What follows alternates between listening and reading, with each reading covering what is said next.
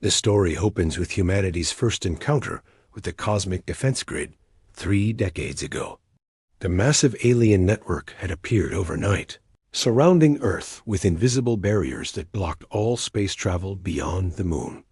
Humanity found themselves trapped, cut off from the stars they had just begun to explore. Captain Jake Miller commands the Earth battleship Resolute, one of 30 warships humanity built in secret over the past 20 years.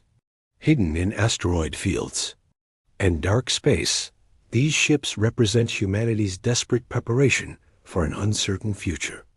The aliens who built the grid, known as the hegemony, never made contact. They simply imprisoned Earth and left humanity to wonder why. The hegemony controls thousands of worlds across the galaxy.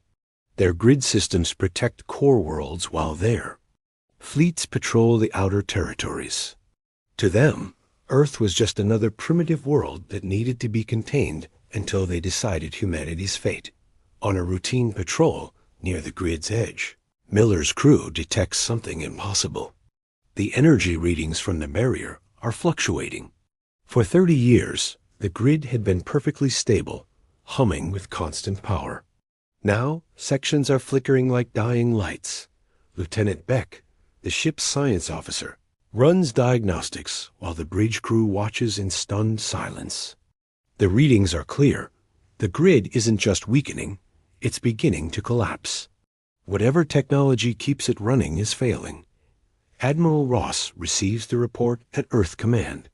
Within hours, every hidden human warship receives the same message: grid instability confirmed. Prepare for Operation Breakout. For 20 years, humanity has planned for this moment. They always knew the grid wouldn't last forever. The human fleet emerges from hiding. 30 massive warships decloak simultaneously across the solar system. These aren't the crude vessels humanity flew 30 years ago.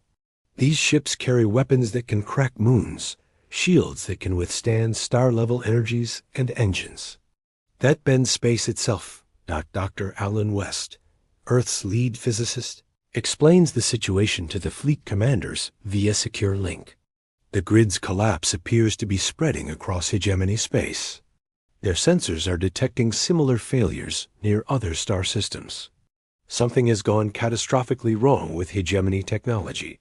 The alien overseer Vex receives emergency reports from across the sector. Grid failures are cascading through their network faster than they can respond. Their greatest defensive tool, the thing that has kept peace in their territory for millennia, is dying. Without the grids, their core worlds are vulnerable to attack.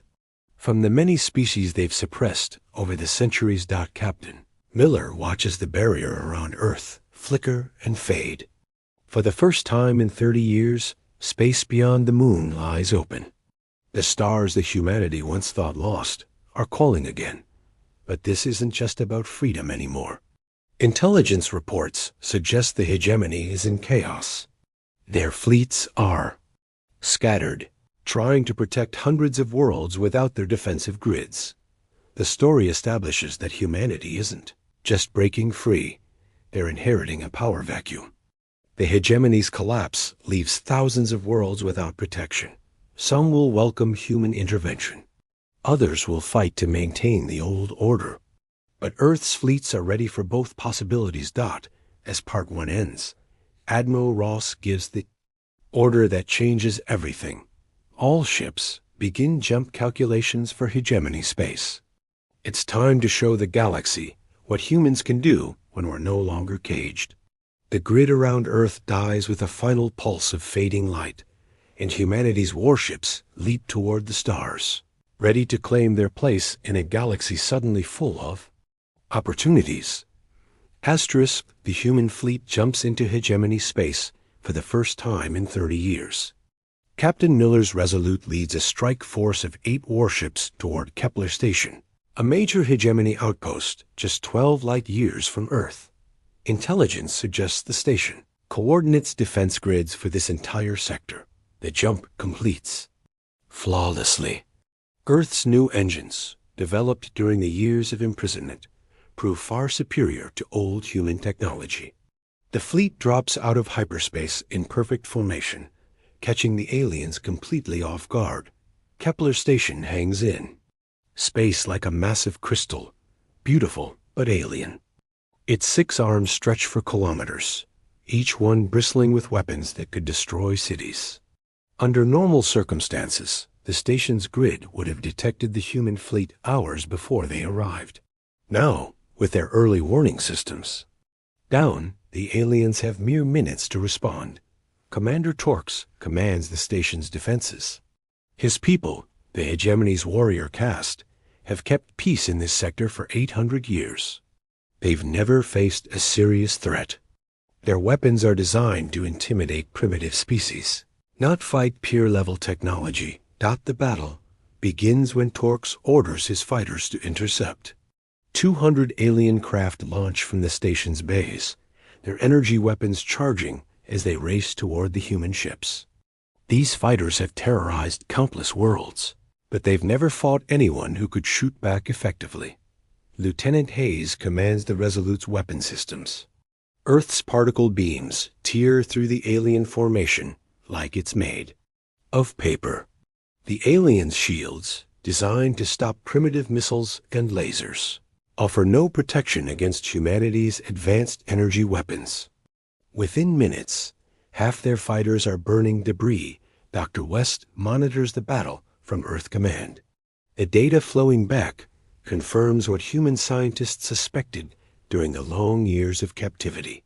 Hegemony technology is impressive but ancient. They've relied on their grids and superior numbers for so long that their actual military hardware has stagnated. The alien fighters try to regroup, but human tactics prove devastating. Captain Miller's fleet doesn't fight like the disorganized rebels the Hegemony usually faces. Earth's ships move with precision, their captains communicating through quantum links that can't be jammed or intercepted. Commander Torx realizes his fighters are being slaughtered. He orders the station's main guns to fire, massive beam weapons that can crack planets. The weapons charge slowly, their targeting systems struggling to lock onto the fast-moving human ships. The Resolute and her escorts don't wait for the station's guns to finish charging. They accelerate toward Kepler Station at velocities that should be impossible for ships their size. Earth's gravity manipulation technology, developed from studying the fallen grid, allows maneuvers that defy alien understanding of physics. Captain Miller gives the order to fire everything. 8 human warships unleash their full arsenal simultaneously. Particle beams, plasma torpedoes, and kinetic rounds slam into the station's shields. The aliens watch in horror as their supposedly impenetrable defenses collapse under the assault. Station's shields fail completely. Human weapons punch through the crystal hull, causing internal explosions that light up the structure like a dying star. Commander Torx sends a desperate message to Hegemony High Command. Humans have broken. Containment. Our defenses are useless against their technology.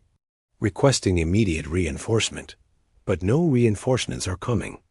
Admiral Ross receives reports from strike forces across Hegemony space. Every human attack is succeeding beyond their wildest expectations. The aliens, so confident in their superiority, are discovering that 30 years of human isolation has created a military force they cannot match. Kepler Station breaks apart under continued bombardment. The massive structure, symbol of Hegemony power for centuries, dies in flames as human ships circle the wreckage like predators around their prey. Captain Miller receives new orders from Earth Command. The first phase of Operation Breakout is complete. Now comes the real test, pushing deeper into alien territory before they can organize a proper response. The Resolute's engines spin up for another jump. Around her, 7 other human warships prepare to leap further into the galaxy. Behind them, Kepler Station burns as a warning to any alien force that thinks humanity can be caged again. Part 2 ends. with the human fleet jumping toward their next target, leaving the aliens to wonder how the species they imprisoned has become the hunter instead of the prey. Asterisk. 3 days after Kepler Station's destruction, the human fleet strikes again. This time, their target is the core world of Axiom Prime, home to 50 million aliens and the sector's military headquarters. The planet has never been attacked in its thousand-year history. Captain Miller's expanded fleet now includes 12 warships. Earth Command has sent reinforcements as reports of human victories spread across the galaxy. The new ships carry experimental weapons that push the boundaries of physics, gravity bombs that can collapse mountains, and energy shields that bend light itself. General Kane commands the planetary defenses on Axiom Prime. He's a veteran of dozens of campaigns against primitive worlds, but nothing in his experience prepared him for fighting humans. The reports from Kepler Station seem impossible. Shields failing in seconds, weapons useless against human armor, entire fleets destroyed without landing a single hit. The human fleet arrives at the edge of the Axiom system, but they don't attack immediately. Captain Miller has learned that terror can be as effective as weapons. For 6 hours, the human ships sit motionless at the system's edge, their presence a promise of destruction that never comes. The waiting drives the aliens to desperation. General Kane scrambles every fighter and patrol ship in the system, nearly 800 craft racing toward the human position. It's the largest force ever assembled to defend Axiom Prime, but it's still not enough. The battle begins when human ships suddenly vanish from sensors.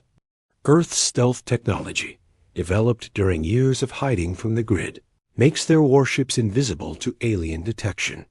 The defensive fleet finds itself shooting at shadows while human weapons tear through their ranks. Dr. Emma Clark coordinates the attack from the flagship Vengeance. Earth's new tactical computers can process thousands of variables simultaneously, turning each battle into a precision dance of destruction. While alien commanders struggle to track even single human ships, Earth's AI systems monitor every enemy vessel in real time. The alien fleet breaks apart under the assault. Their formations, designed for fighting primitive rebels, prove worthless against human tactics. Ships that have dominated this sector for centuries burn like candles in the void as human weapons find every weakness in their design. Captain Miller's ship leads the assault on Axiom Prime itself. The planet's orbital defenses, massive platforms that could level continents, struggle to target the fast-moving human vessels. Their weapons, designed to fight slow-moving invasion fleets, cannot track ships that dance between dimensions. The first human kinetic strike hits the planet's capital city. The tungsten rod, accelerated to a significant fraction of light speed, impacts with the force of a nuclear weapon. The explosion levels government buildings while leaving the surrounding civilian areas intact. This isn't random destruction. It's surgical removal of military targets. General Kane watches his command center collapse around him. Human weapons are striking military installations across the planet with impossible precision. Somehow, they know exactly where every important target is located. 30 years of imprisonment have given Earth time to map hegemony space in ways the aliens never imagined. The planetary shield generators die next. Human Marines, teleported directly through failing alien shields, seize control of the facilities with shocking efficiency. These aren't the primitive warriors the hegemony remembers. Earth soldiers move like machines, their powered armor shrugging off alien weapons while their own firearms cut through enemy forces. Within 12 hours, Axiom Prime surrenders. The planet that has ruled this sector for a millennium falls to 8,000 human Marines and 12 warships. General Kane signs the surrender documents with shaking hands, knowing that Hegemony High Command will never forgive this humiliation. But surrender isn't enough for the humans. Captain Miller broadcasts a message to every world in the sector. The age of hegemony rule is over. Any world that submits to Earth protection will be spared. Any world that resists will share Axiom Prime's fate. The response is immediate. 6. Worlds surrender within hours. 3 more request human protection from other alien factions that might exploit the chaos. Only 2 worlds in the entire sector choose to fight, and human fleets are already moving to eliminate those holdouts. Admiral Ross reviews the battle reports from Earth Command. In less than a week, humanity has conquered an entire sector that took the hegemony centuries to pacify. The aliens' greatest weakness isn't their technology, it's their arrogance. They never imagined that the species they caged might emerge, stronger than their captors. Part 3 ends with human fleets jumping toward the next sector, while behind them, 50 million aliens learn to live under human rule for the first time in their planet's history. 2 weeks after Axiom Prime's fall, the hegemony's Supreme Council meets in emergency session on their capital world of Nexus Core. For the first time in 8 centuries, their empire faces an existential threat. Human fleets have conquered 4 sectors, and their advance shows. No signs of slowing. Supreme Leader Varon reviews the battle reports with growing horror. Humanity's military technology exceeds hegemony capabilities in every category. Their ships are faster, their weapons more powerful, and their tactics impossibly sophisticated. Most disturbing of all, human forces seem to know hegemony positions and defenses before battles even begin. The Council debates desperate measures. Some members suggest biological weapons that could sterilize Earth itself. Others propose activating ancient war machines that haven't been used since the Great Expansion. All options are on the table because the alternative is the complete collapse of their civilization. Captain Miller's fleet has grown to 25 warships, reinforced by Earth's rapidly expanding industrial base. Humanity's shipyards, hidden in asteroid belts throughout captured territory, are producing vessels at rates that shouldn't be possible. Each new ship incorporates lessons learned from recent battles, making Earth's fleet deadlier with each passing day. The next target is Hegemony Fortress Omega, a massive military installation that guards the approach to their core worlds. The fortress has never fallen in 500 years of existence. Its weapons can crack planets, and its shields have withstood the combined assault of entire rebel fleets. Admiral Kane, promoted after General Kane's capture, commands Fortress Omega's defenses. He's assembled the largest military force in hegemony. History: 3,000 warships, 50,000 fighters, and weapons platforms that could level moons. If humanity can be stopped anywhere, it's here. The human fleet arrives in the fortress system, but something is different this time. Instead of 12 or 20 ships, Earth has sent over 100 vessels. The sight of so many human warships in one place terrifies alien defenders who remember when Earth couldn't even leave its own solar system. Captain Miller commands the assault from the new flagship Retribution, a massive vessel that dwarfs anything in Earth's previous fleets. The ship carries weapons that manipulate spacetime itself, creating gravitational anomalies that can tear apart entire formations. This is humanity's answer to fortress warfare. The battle begins with the largest space engagement in galactic history. Thousands of alien ships engage hundreds of human vessels in a conflict that lights up the entire star system. But despite their numerical advantage, the aliens find themselves losing ground. Immediately. Dr. West observes the battle from Earth's new command center uncaptured. Axiom Prime. Human battle computers are processing tactical data faster than alien minds can comprehend. Every enemy movement is predicted, every weakness exploited. The aliens fight bravely, but they might as well be fighting a natural disaster. Admiral Kane watches his carefully prepared defenses collapse. Human ships phase through solid matter, appearing inside his formations to deliver devastating close-range attacks. Their weapons ignore conventional shields, striking directly at ship hulls with energies that turn metal into plasma. The fortress's main gun, a weapon that took 50 years to build, fires once at the human flagship.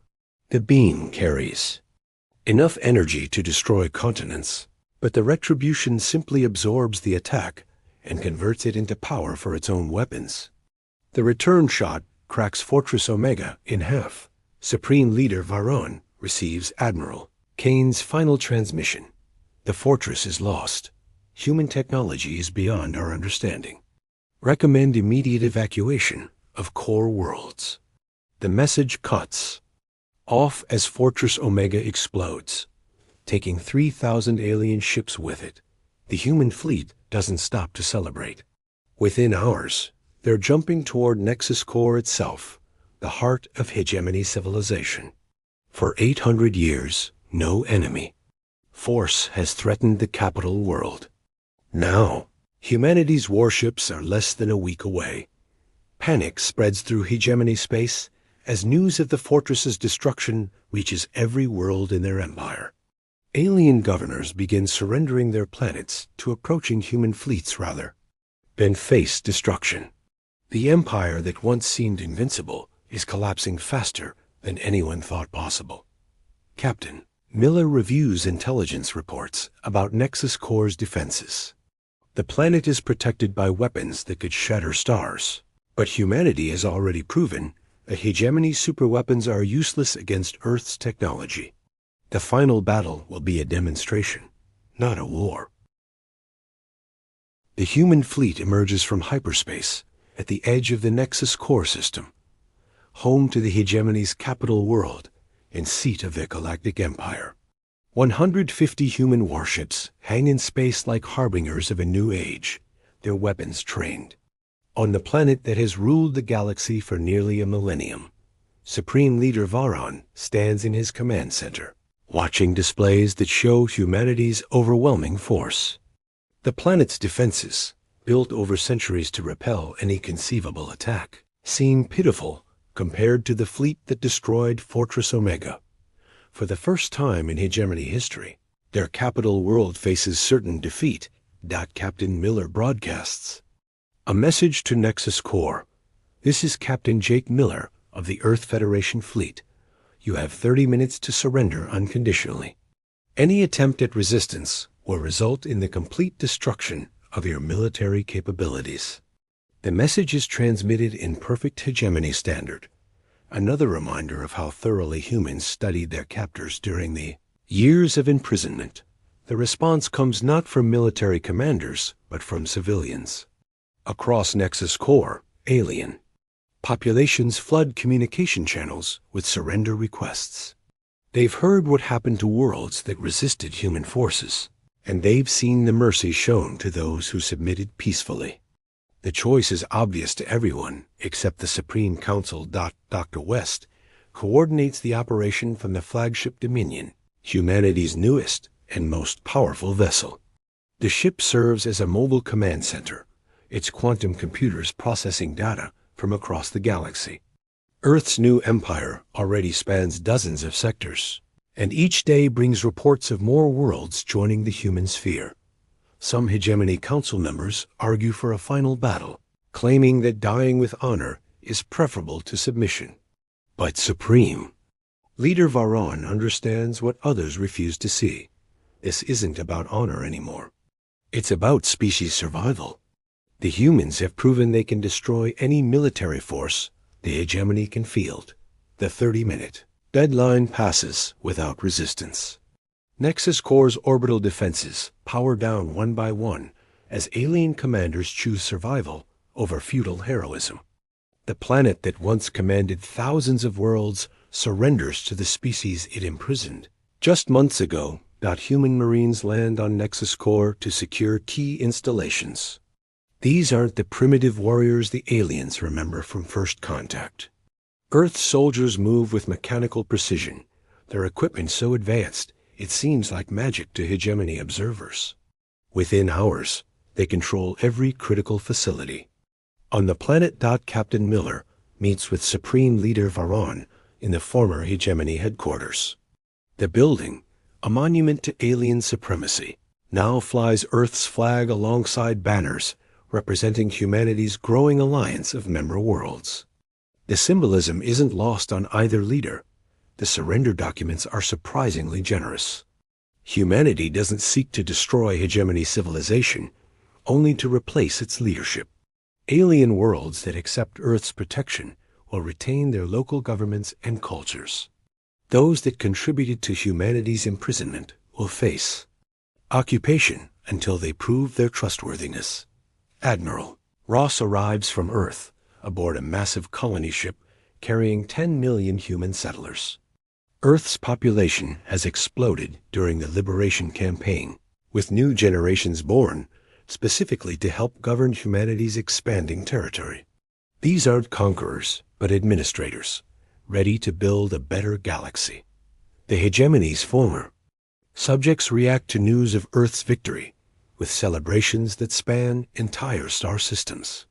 Species that suffered under alien rule for centuries welcome their human liberators as saviors. The galaxy that once seemed locked in eternal stasis suddenly burns with the possibility of change. Dr. Emma Clark establishes Earth's new capital on Nexus Core, renaming it Terra Secundus. The planet will serve as humanity's administrative center for this spiral arm of the galaxy. From here, human fleets will continue expanding outward, bringing Earth's protection to species that have never known freedom. The transformation happens faster than anyone expected. Within 6 months, humanity controls a third of what was once hegemony space. Within a year, human influence extends to regions the hegemony never even explored. Earth's combination of superior technology and inclusive governance proves irresistible to species tired of alien oppression. Captain Miller, now Admiral Miller, reviews reports from across human space. Every day brings news of new worlds joining. The Earth Federation, new technologies being developed, new possibilities opening up. The species that was once trapped behind an alien grid now shapes the destiny of millions of worlds. The story ends with a view of Earth from space, no longer isolated behind energy barriers, but connected to the galaxy by streams of ships carrying trade, knowledge, and hope. Humanity's children will inherit not just a planet, but an entire galaxy full of opportunities their parents never dared imagine. The age of human expansion has only just begun. Asterisk.